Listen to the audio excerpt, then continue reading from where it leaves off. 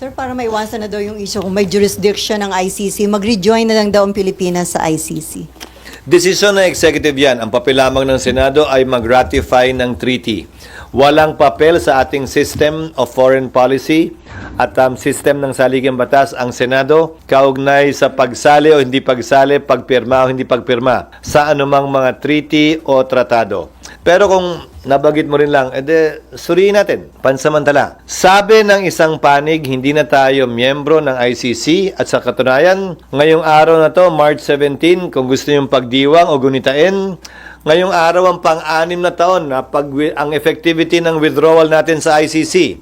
It was on March 17, 2019 that 2019 that our withdrawal became effective in the ICC. The notice of withdrawal was sent in 2018, but it became effective March 17, 2019.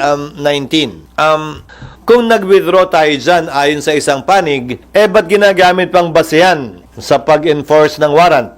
Pero ang ginagamit din naman nilang basehan na illegal yung pagkaka-aresto ay yung Rome Statute pa rin. Pwede ba yun? Hindi naman pwedeng legal at illegal at the same time yung parehong statute na ginagamit. Hindi ba? May kasabihan nga sa Latin. Ito ang pagpipilian at pagdedesisyonan ng korte actually kaugnay ng isong ito. Kung talagang hindi kayo sang-ayon na tama yung pagkaka-aresto.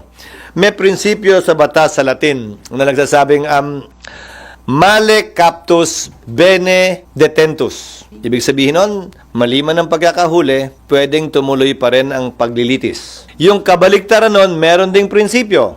Male captus, male detentus. Yung maling pagkakahuli, hindi pwedeng magpatuloy ang isang paglilitis dahil dun sa maling pagkakahuli. Ang ICC, nagpasya kaugnay sa dalawang prinsipyong ito. Minsan, male detentus, minsan male captus, bene detentus, pinayagan tumuloy ang paglilitis, minsan hindi. So, nasa sa kanila kung anong gagamitin nila sa kasong ito. Nasa sa kanila. Ayokong i-preempt anumang magiging pasa ko kapag ginawa nila yan kaugnay sa boto ko sa pag-ratify. Again, under our Constitution, the President is the chief architect of foreign policy.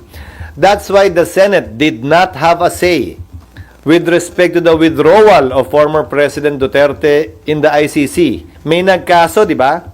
Na sinabing kung may papel ang Senado sa pag-ratify, dapat may papel din ang Senado pag nagwi-withdraw. Hindi pwedeng walang say ang Senado. Sabi ng Korte Suprema, walang say ang Senado. Dahil ang chief architect na ng foreign policy ay ang Pangulo. So ang pagbalik natin, ganun din ang magiging sagot ko. Ayon sa desisyon ng Korte, kaugnay ng pag-withdraw natin, desisyon din ng Pangulo ang pagbalik natin. Kapag nag-decide to rejoin the ICC, same process, i-ratify the kailangan ganun. Oo. Ganun muli. Magsisimula muli sa simula. Isusumiti sa amin, i-ratify namin.